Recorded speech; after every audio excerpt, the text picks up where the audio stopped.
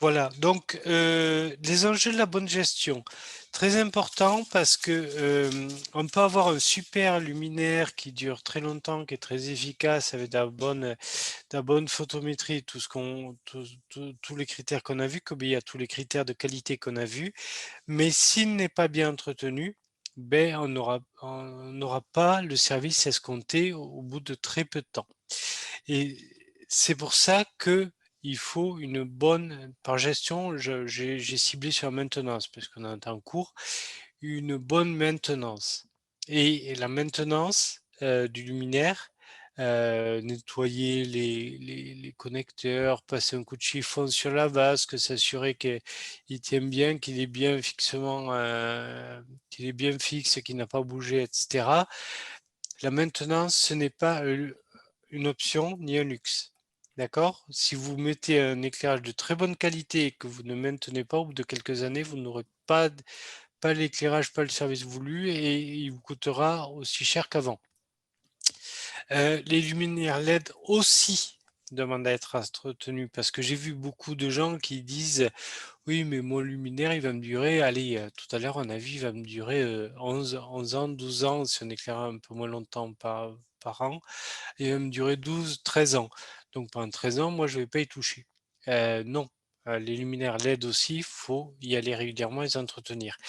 Et oui, ça coûte de l'argent.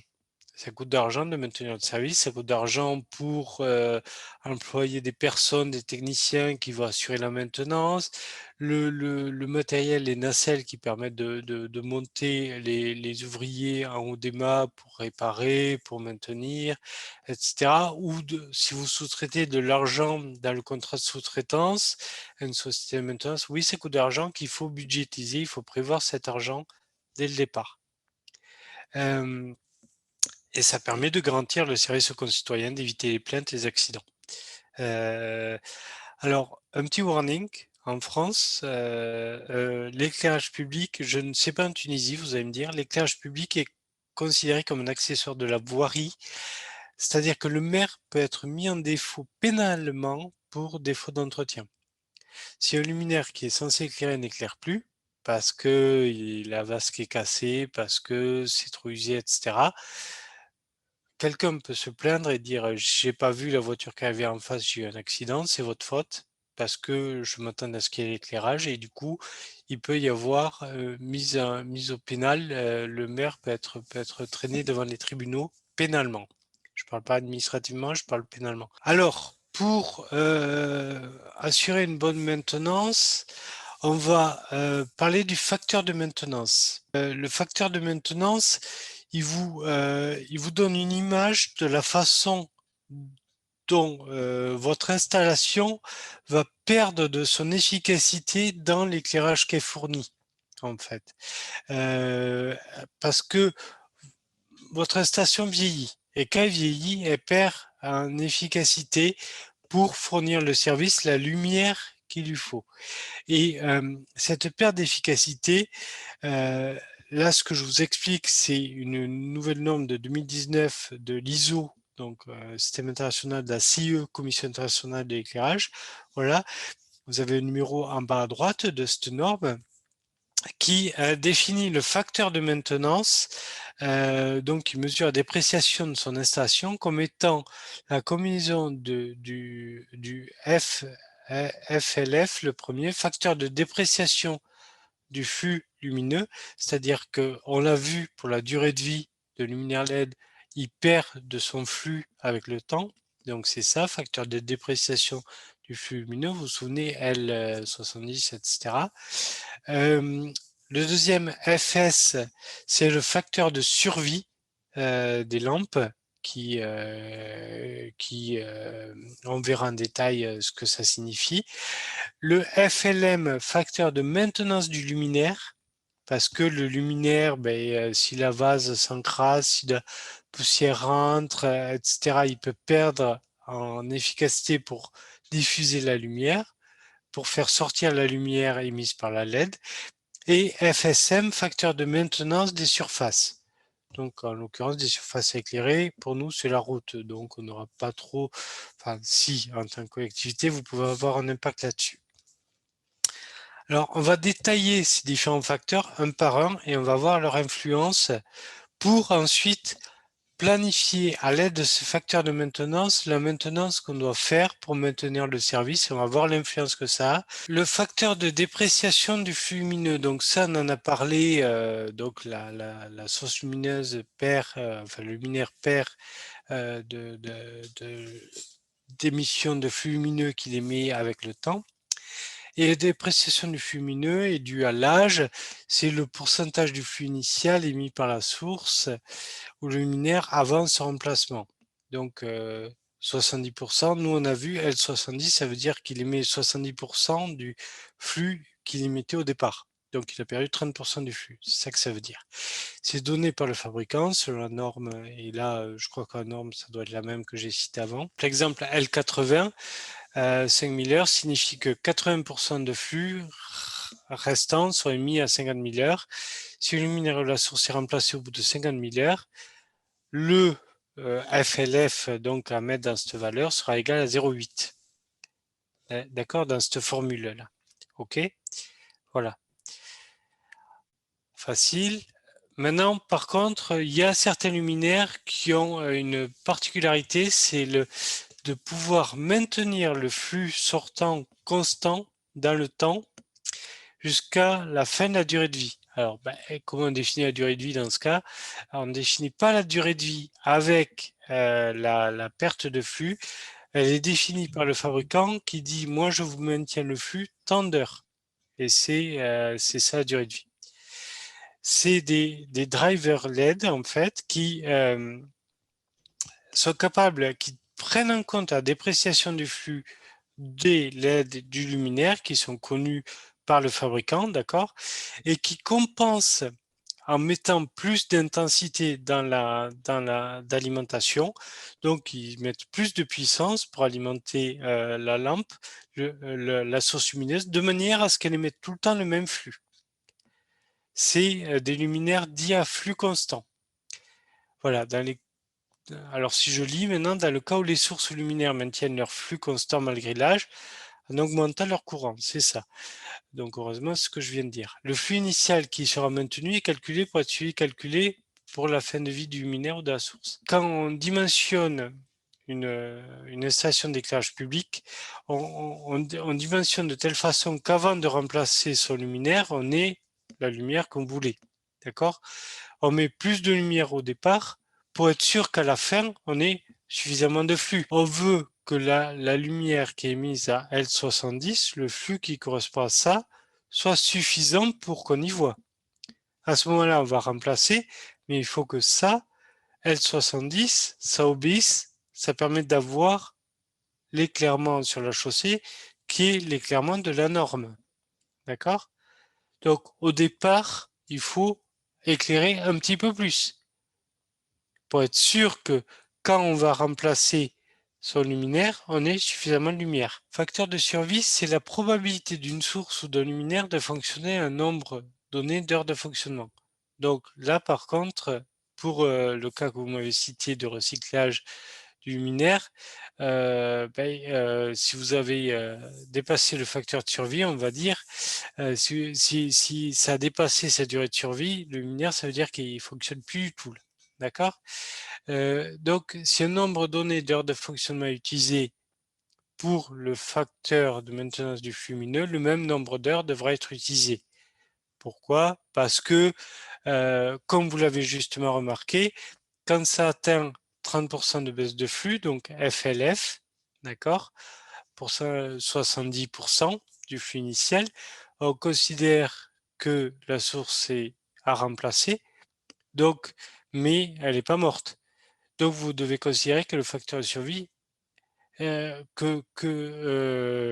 devez utiliser le même nombre d'heures de fonctionnement pour le facteur de survie que pour le facteur de maintenance du flux, puisque votre source est toujours pas morte. Alors, à maintenance curative, le facteur de survie, maintenance curative, ça veut dire ce que j'observe dans beaucoup de collectivités et ce que je déconseille dans beaucoup de cas. Le maintenance curative, ça veut dire vous intervenez à chaque fois que le luminaire est mort, n'éclaire plus du tout. Dans ce cas, Si vous le remplacez ou il n'éclaire plus suffisamment, dans ce cas, si vous le remplacez à chaque fois qu'il n'éclaire plus suffisamment, on va considérer le facteur de survie égal à 1, puisqu'il n'est jamais réellement mort. Si vous êtes en maintenance préventive, le facteur de survie est donné pour un groupe par le composant ayant le temps de remplacement le plus court. Ou si tous sont égaux par celui ayant avec la probabilité de survie la plus faible. On fera un exemple après. On fera un exemple pour que vous compreniez bien ce point. Attendez l'exemple et après on se posera les questions. Toujours sur le facteur de survie, dans le cas où la probabilité de défaut est donnée, le facteur de survie Fs égale 1 moins probabilité de défaut. Alors j'ai oublié un B, je suis désolé. Si les probabilités de survie sont données séparément pour le driver et la source, ce qui peut arriver, le facteur de survie, on a dit que souvent c'est le driver qui avait un facteur de survie le plus court, enfin qui mourait le plus vite. Le facteur de survie, celui du composant avec le temps de remplacement le plus court. Dans le cas où différents types de maintenance sont combinés, le facteur de survie est calculé comme pour la maintenance curative. Si vous avez sur la même installation, le même parc d'éclairage public, de la maintenance curative et de la maintenance préventive, vous prenez le facteur de survie comme pour la maintenance curative. Facteur de maintenance du luminaire. Alors ça, c'est la dégradation du flux avec le temps. C'est la portion de flux sortant due à l'empoussièrement des vasques, sources, là je suis en train de lire, ou des autres facteurs qui influent la portion de flux sortant. Dépend du degré de protection IP, on a vu, qui protège contre la poussière, la pénétration de la poussière, des conditions environnantes et de la fréquence de nettoyage. Là, sur la norme ISO, vous avez des valeurs qui sont données jusqu'à des intervalles de nettoyage en année. Vous voyez dans le tableau en bas, en haut, la première ligne, c'est intervalle de nettoyage en année, à droite. Vous voyez les premières valeurs, 1, 1,5, 2, 2,5, 3, en rouge, sur fond jaune, pardon. Ça, c'est les valeurs qui sont données par la norme. Le reste, c'est moi qui ai extrapolé avec les formules. Parce que eux, ils considèrent que tous les 3 ans, on va nettoyer. Moi, j'ai dit tous les 3 ans, c'est pas très réaliste quand même, soyons honnêtes. Donc, c'est pour un indice de protection 6x. Pourquoi on dit 6x? Parce que le deuxième chiffre, c'est pour l'humidité. Là, on ne parle pas de ça, on parle de poussière, d'appoussièrement, etc. Donc, indice de protection 6x, c'est 65, 66, peu importe. Catégorie de pollution haute, moyenne ou basse, c'est vous qui choisissez, selon la voie qui est éclairée. Donc, il vous donne le facteur de maintenance du luminaire, ça de 0,92, par exemple, on prend la catégorie de pollution moyenne, si on nettoie tous les ans, donc intervalle de nettoyage une année, on considère qu'au bout d'une année, que le facteur de maintenance du luminaire est de 0,92. D'accord? Ce que ça veut dire. Si on nettoie tous les 5 ans, toujours pour une catégorie de pollution moyenne, le facteur de maintenance du luminaire, qu'on rentrera dans la formule, sera de 0,82. OK? Donc, plus on met de temps à nettoyer son luminaire, plus le facteur de maintenance diminue, ce qui est normal. Et ça sera un enjeu sur la quantité de lumière qui est toujours émise par le luminaire. Dernier facteur, le facteur de maintenance des surfaces. Alors, prend en compte la perte de réflectivité des surfaces de la route, quoi. Pour l'éclairage extérieur, celui-ci doit être pris en compte uniquement pour les tunnels et passages souterrains. Sinon, on ne le prend pas en compte, on considère égal à 1. D'accord? Pour les routes. Certes, il peut y avoir une perte de réflectivité de la route, etc. On l'a vu hier avec le Q0, mais pour ce calcul-là, on considère qu'il est égal à 1 pour l'éclairage extérieur. L'utilisation pour le facteur de maintenance, ça permet de déterminer l'éclairement initial ou la luminance initiale à prévoir pour obtenir à la fin, avant qu'on entretienne, qu'on remplace tous les luminaires, l'éclairement à maintenir ou la luminance à maintenir. Voilà. Donc, ce qu'on va dire, c'est que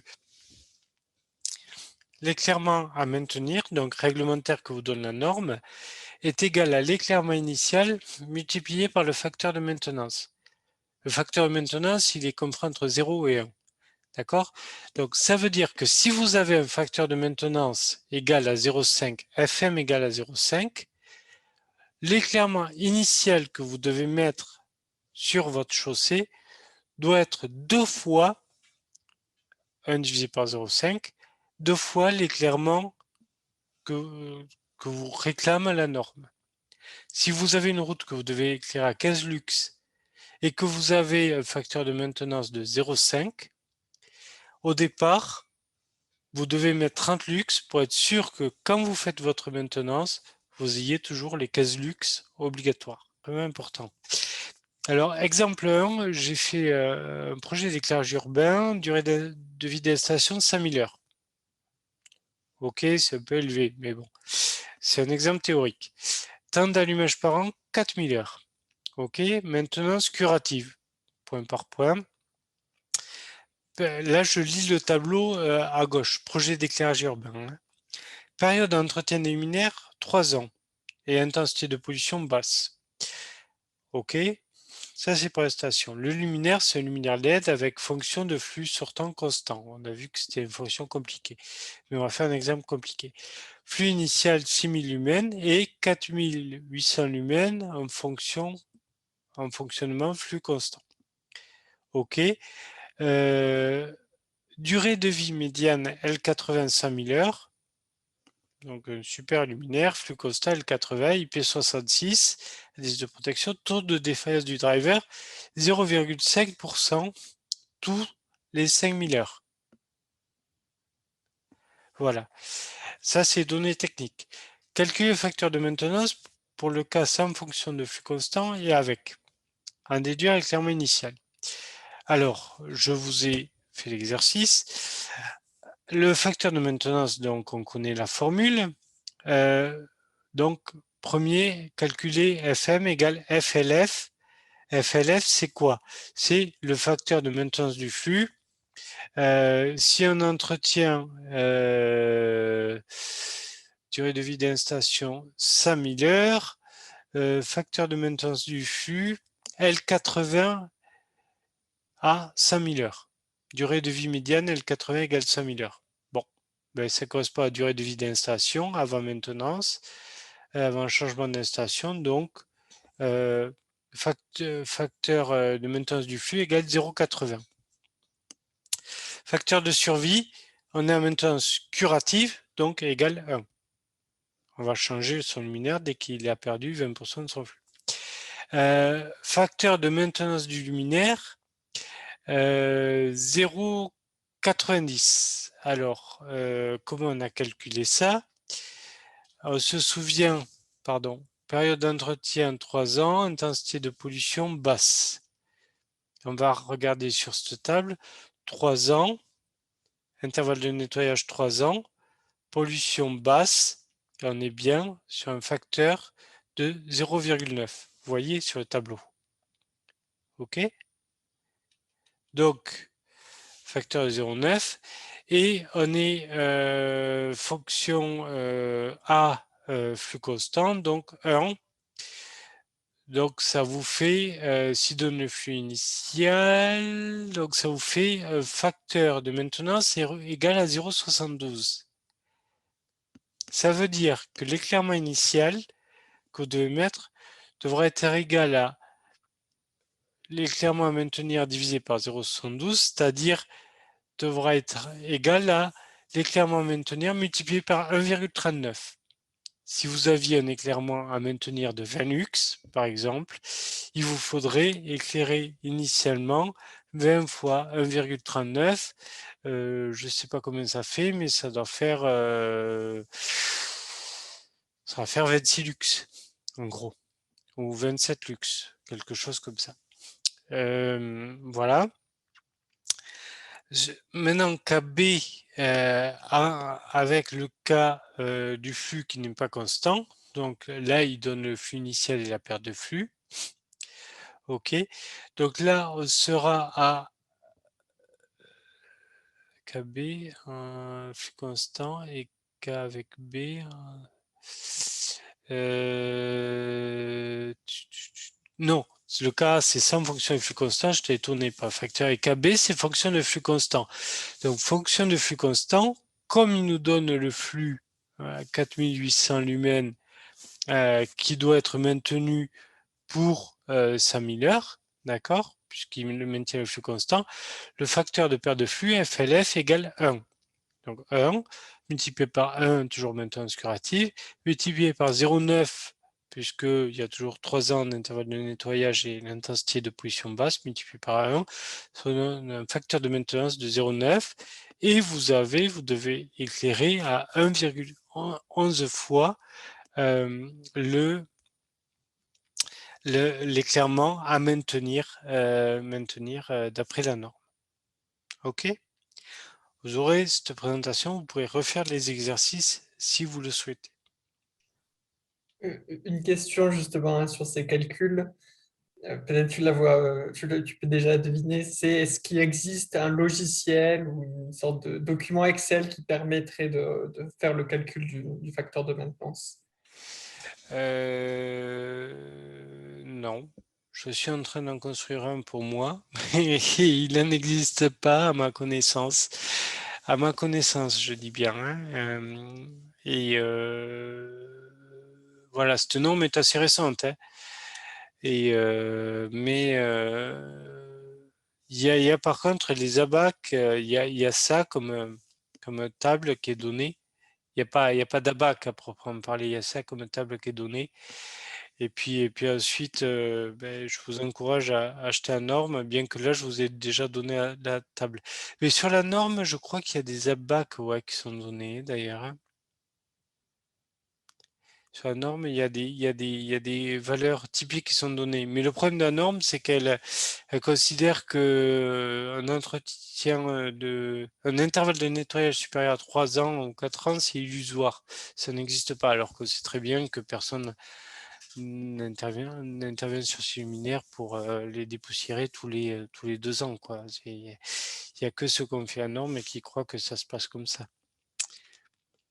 Voilà, donc je vous encourage, non, malheureusement, à faire les calculs. Exemple d'un projet d'éclairage urbain de durée de vie d'une station de 15 ans avec un temps d'allumage de 4000 heures, maintenance préventive. Maintenant, on entretient ce luminaire tous les 5 ans. On a une intensité de pollution moyenne. Bon, là, on n'est plus sur un cas réel qui correspond à nos usages. Les luminaires sont IP65, peu importe que ça soit 65 ou 66 pour nos ABAC. Flux initial 20 000 lumens qui donne un éclairement. La durée de vie médiane, on dit qu'elle est à L80 70 000 heures et taux de défaillance 1% à 70 000 heures pour pour la source lumineuse. Taux de défaillance du driver 0,3% tous les 5000 heures. On dit que c'est une route de classe C2 d'après la norme. Ça veut dire quoi? Ça veut dire que l'éclairement à maintenir est de 20 000 lux. On revient sur le luminaire, on a dit au flux initial de 20 000 lumens qui donne 35 lux. Donc on sait qu'au début on est bon. Mais est-ce qu'on est bon tout le temps? Et est-ce qu'on est bon au bout de 15 ans? Et comment optimiser les divers critères de maintenance pour qu'on soit bon et qu'on ait 20 lux au bout de 15 ans avec ces données d'installation? D'accord? C'est ça l'exercice que je vous propose. Alors, on calcule le facteur de dépréciation du flux. Durée d'installation 15 ans. Soit 60 000 heures, puisqu'on allume 4 000 heures par an. Or, le facteur de dépréciation du flux, le L80, il est donné pour 70 000 heures. D'après la table, une table qui est donnée dans la norme et que je ne vous ai pas reporté ici. Je regarde, excusez-moi si je voulais reporter. Non, je ne vous ai pas reporté la table de la norme ici, mais c'est une table qui est dans la norme. Oui, je vous montrerai à la rigueur le fichier Excel que j'ai, mais c'est une table qui est dans la norme. D'après cette table, qui vous donne quand vous avez la perte de flux à un certain nombre d'heures et un certain pourcentage de perte de flux, il vous donne l'équivalence pour un nombre d'heures moindre. Donc, il vous permet, à partir de la donnée de L80 à 70 000 heures, de connaître la valeur à 60 000 heures. Ça, c'est une table qui est donnée dans la norme. D'accord? Donc, vous avez une ABAC dans la norme, mais il faut l'acheter. Et d'après la table, à 60 000 heures, donc la durée de vie d'installation, vous avez ce facteur de maintenance du flux qui est égal à 0,83. Ça, c'est la table qui donne ça. OK? Vous lisez directement sur la norme. Le facteur de survie. Là, on a deux données, les 1% de défaillance à 70 000 heures. Soit à 60 000 heures, et là, vous faites le calcul, vous, en considérant que c'est proportionnel, vous faites 6 sur 7 égale 0,86%. D'accord? Donc, vous considérez que c'est proportionnel, vous faites 60 000 divisé par 60 000 divisé par 70 000, et ça vous donne, puisque vous êtes à 1%, 70 000 c'est 1%, 60 000 vous faites le produit en croix, et ça vous donne 0,86%. Donc le facteur de survie, c'est l'inverse du facteur de défaillance, donc c'est 100% moins 0,86%, c'est 99,14%, soit 0,9914. Maintenant, le facteur de survie, c'est le pire des deux, entre le luminaire et le driver. Le driver, on vous a dit 0,3% pour 5000 heures, toutes les 5000 heures. Et à 60 000 heures, vous avez, je ne sais pas combien de fois, 12 fois 5000 heures. Comment j'ai fait le calcul? Bon, j'ai fait le produit en croix. En gros, vous calculez 12 fois 0,3%, ça vous donne 3,6%. Je ne sais pas pourquoi j'ai fait un calcul compliqué, mais vous arrivez au même résultat. Donc, le facteur de survie est égal à 100% moins 3,6% égale 96,4%, 0,964. La norme vous dit, quand vous en avez deux critères comme ça, vous prenez le plus petit des deux. Évidemment, s'il y en a un qui s'arrête de marcher, l'autre aussi. Donc vous prenez le plus petit des deux, et le plus petit, c'est pour le driver, comme on s'y attendait, et le facteur de survie égale 0,964. Donc maintenant, facteur de maintenance du luminaire, donc on va le lire sur la table. Alors on est sur une position moyenne tous les 5 ans. On va lire sur la table, on regarde 5 ans, position moyenne 0,82. Vous le voyez sur la table, hein, 0,82 de partie extrapolation. Et ici, on est à 0,82. Donc, OK, j'ai toutes mes valeurs pour calculer mon facteur de maintenance, 0,83 fois 0,964 fois 0,82 fois 1, puisqu'on a un éclairage extérieur, ça fait 0,66. Ça veut dire quoi? Ça veut dire que l'éclairement de 35 lux qu'on a au départ, il sera de 23,1 lux au bout de 15 ans avec ce facteur de maintenance. Donc on est bon vis-à-vis de la norme, c'est génial. Simplement, ce qu'on peut faire, c'est tenter de réduire les coûts de maintenance en optimisant de manière à avoir juste ce qu'il faut. Alors, soit on va augmenter l'intervalle de nettoyage. Moi, ce que je vous propose aussi, c'est de baisser la puissance de votre luminaire. D'accord? De manière à avoir juste ce qu'il faut au bout de 15 ans. Et pour avoir 20 lux au bout de 15 ans, un éclairement initial minimal de 30,3 lux aurait suffi, puisqu'on a un facteur de maintenance de 0,66. Au départ, on avait 35 lux, on a dit. On a vu que ça suffisait. Mais en fait, d'après le calcul, si on avait eu 30,3 lux au départ et pas 35, ça aurait suffi.